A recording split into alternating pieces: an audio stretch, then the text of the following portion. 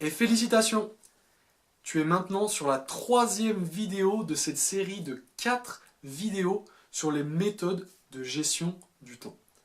Tu as déjà pu voir dans la première vidéo la puissance de la matrice d'Eisenhower dans la gestion de tes priorités.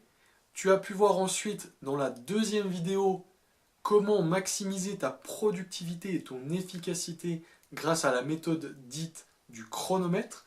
Et aujourd'hui, dans cette troisième vidéo, on va voir une méthode qui est très connue, la méthode dite GTD. Une méthode qui est très complète à mon sens et qui allie d'une part la gestion des priorités et autre part la productivité. GTD, c'est l'abréviation en anglais pour Getting Things Done. C'est une méthode qui a été créée par David Allen. David Allen qui a écrit un livre sur cette méthode. Je te donne le titre en français qui est « S'organiser pour réussir ». Je te mets le lien d'achat dans la description si jamais tu es intéressé pour lire ce livre. Il va vraiment en profondeur sur cette méthode. Aujourd'hui donc, je vais te résumer en 5 points, pour moi, les clés importantes de cette méthode. En premier point, David Allen te suggère vraiment d'avoir des objectifs clairs et précis, mais surtout de les écrire.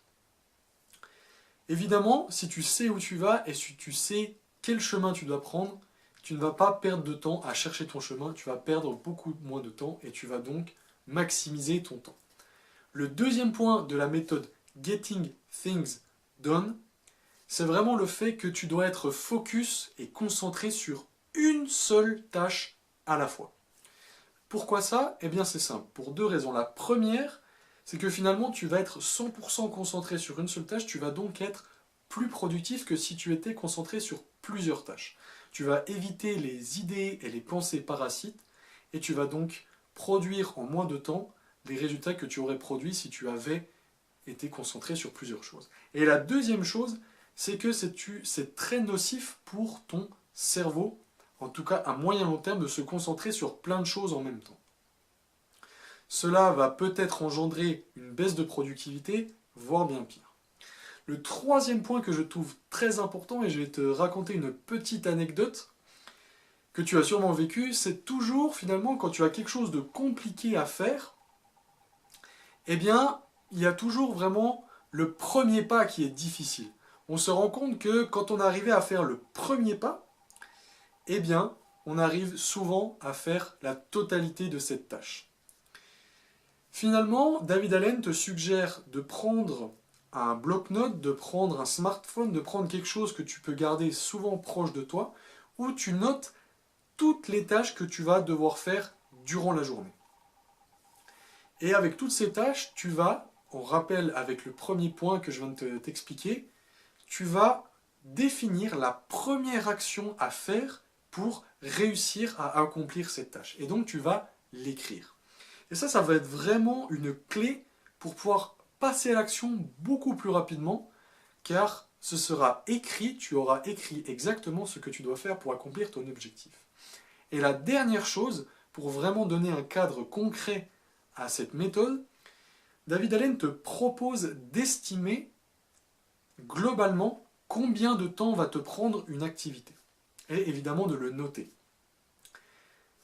On arrive au quatrième point. Le quatrième point important de cette méthode, c'est quand tu as toute la liste de tâches avec la première action à faire et le temps estimé, David Allen te suggère que si une tâche prend de moins de 2 minutes à être exécutée, eh bien tu peux la faire directement.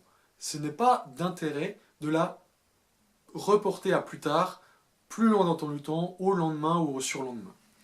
Et le cinquième et dernier point de cette méthode GTD, c'est le fait que quand tu as toujours ta liste de tâches proche de toi, tu sais à quel moment tu ne peux plus accueillir plus de tâches, sinon ça risque de nuire à ta productivité durant ta journée et tu vas devoir faire un choix. Donc tu vas savoir exactement quand est-ce que tu ne peux plus accueillir de tâches et tu pourras savoir dire non à de potentielles tâches qui vont arriver vers toi. Très bien. Voilà, c'est la fin de cette vidéo. J'espère que je t'ai brossé un petit peu les 5 points importants de cette méthode. En tout cas, je trouve cette méthode très complète. Ce qu'elle va te permettre, c'est tout au long de la journée, tu vas voir que tu accomplis beaucoup de choses et ça va te mettre en confiance pour continuer à être productif et à bien gérer ton temps. Je te retrouve très rapidement pour la dernière vidéo de cette série de 4 vidéos sur les méthodes de gestion du temps. Je t'invite à liker cette vidéo et à t'abonner à la chaîne si tu as appris quelque chose et je te souhaite une très bonne journée.